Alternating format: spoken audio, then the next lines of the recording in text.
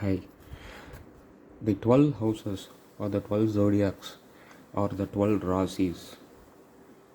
The words are different, but the meaning is same, or 12 zodiacs. So, starting from Aries, Mesha until Meena, the Pisces. The Mesha is the first house, the Rishabha is the second house, so until Meena is the 12th house. So, each zodiac is owned by a planet. So these planets are called house lords. So starting with Aries, so the Aries is owned by Mars or Mangal or Ankaraka. So Mars has two different meanings, whereas in South India they called as Sevai, in Tamil mostly. And the second house Taurus is owned by Venus or Sukra. The third house is owned by Mercury, Buddha. The fourth house is owned by Moon, Chandra. The fifth house is owned by Sun, Surya. The sixth house or the sixth zodiac, Virgo, is owned by Mercury, which is Buddha. The seventh house, the seventh zodiac, Libra, is owned by Venus. The eighth, Scorpio or Vrichika, is owned by Mars. The ninth zodiac, Sagittarius or Dhanu Rasi, is owned by Guru, Jupiter. The 10th, the Karma Sthana, the work with what everyone do, the karma, is owned by Saturn, Sunny. The 11th house is Kumbha, Aquarius, is owned by also the Saturn, Sunny. The 12th, Meena, the Moksha Sthana or the house of liberation, is owned by Guru, Jupiter. So if you see, for memorizing easily, the right corner, the both houses are owned by Mercury. The left corner houses are owned by Jupiter. And the first house, Aries, is owned by Mars. Exactly down, the Scorpio is owned by Mars. And the second house, Venus, the second lord, Venus, or the house of Taurus, the same. If you come under, it's Libra, it's owned by Venus. And here the Capricorn or the Makara and the Kumbha or the Aquarius is owned by Saturn, the Sunny. And the Cancer sign is owned by Moon, and the Simha sign is owned by Surya. So if you see here, each of the 9 planets has 2 houses except Sun and Moon. Sun holds one house, which is Leo, whereas the Moon house holds one house, which is Cancer. So there are other 2 planets called shadow planets, Rahu and Ketu,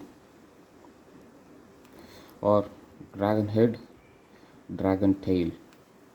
So this is these shadow planets does not own any house as per some classics, and some astrology scholars tell that Ketu is the lord of Scorpio, whereas Rahu is the lord of Aquarius. So in that case, most of the astrologers use, while predicting, Ketu as the lord of Vrichika sign and Rahu as the lord of Kumbha sign. So these 2 houses are owned by 2 planets, Mars and Ketu, and Saturn and Rahu. There is even a proverb or a line saying that Kujavat Kedu. Mars is also known as Kuja. Kujavat Kedu, Sanivat Rahu. It means that Saturn acts like Rahu or Rahu acts like Saturn, whereas the Kedu acts like Mars. But each of them has their own characteristics. So if you see this, these are the 12 zodiac signs. So 9 planets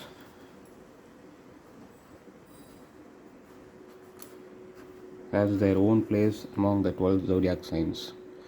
So when you read any astrology book, they will have, you can see that the first house is owned by Mars, the second lord is Venus, the third lord is Buddha.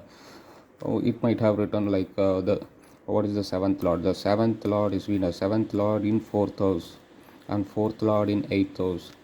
The lord doesn't change, these are standard format. So for example, if you come across reading like the fourth lord in 12th house, so in this case the fourth lord is moon. If moon is in 12th house, so moon is in 12th house. This is how you can interpret while reading most of the astrology books. So you can write it down like this: the first lord is Mars, second house lord or the second house is owned by Venus, third house is owned by Mercury or Buddha, fourth house is owned by Moon, fifth house is owned by Sun, sixth house is owned by Mercury, seventh house is owned by Venus, eighth house is owned by Mars, ninth house is owned by Jupiter, Guru, 10th house is owned by Saturn, Sunny,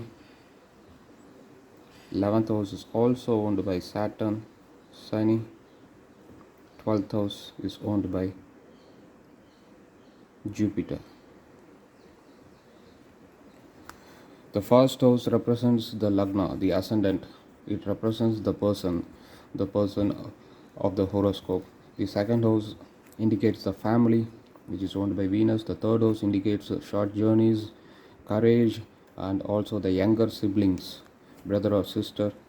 It's owned by Mercury. The fourth house is owned by Moon. Fourth house denotes the mother of the native of the chart. Also, it is also known as Sukhasthana, which means the conveyances, the luxuries, whereas the house and properties, the real estate which you hold. The fifth house is owned by Sun. Fifth house denotes the Purva Punya, that is the deeds which you have done in the past lives is denoted by the fifth house. The sixth house is owned by Mercury. Sixth house is called Runa Rogasthana, which means the house of diseases and litigation. Any court cases which you are facing is also represented by the sixth house. The seventh house, this is the most important house because everything revolves around this seventh house. The seventh house is the house of marriage, the marriage partner, the spouse. The Karaga or the significator or the house lord of seventh is Venus, Shukra, the Cupid. The eighth house is owned by Mars. Eighth house is the Ayur Bhava or Ayur Sthana. Eighth house is longevity, and also it denotes the ancestral properties. And also eighth house is a secret sign, which is a very mystic sign. It also represents the Kundalini Shakti. The ninth house, owned by Jupiter, is called the Bhakyasthana. This is the house of fortune. If one has the ninth house well placed, without any affliction, the person will lead a good life. The ninth house also is the house of luck, Adhishta, or the whatever you win in the lottery or sudden yoga. Whereas the 10th house is the Karma Bhava, the work you do. the purpose of life for which you are born. It is owned by Saturn, Sunny. He is the lord of karma as per Hindu mythology. The 11th house is owned by Saturn. The 11th bhava is also very important house. It is the house of profits. So if 11th bhava is very good, the houses are also called as bhava or BHAVA. 12 bhavas, 12 houses, 12 rasis, 12 zodiacs, whatever, everything is the same. So the 11th house is the house of elder brother and also house of friends.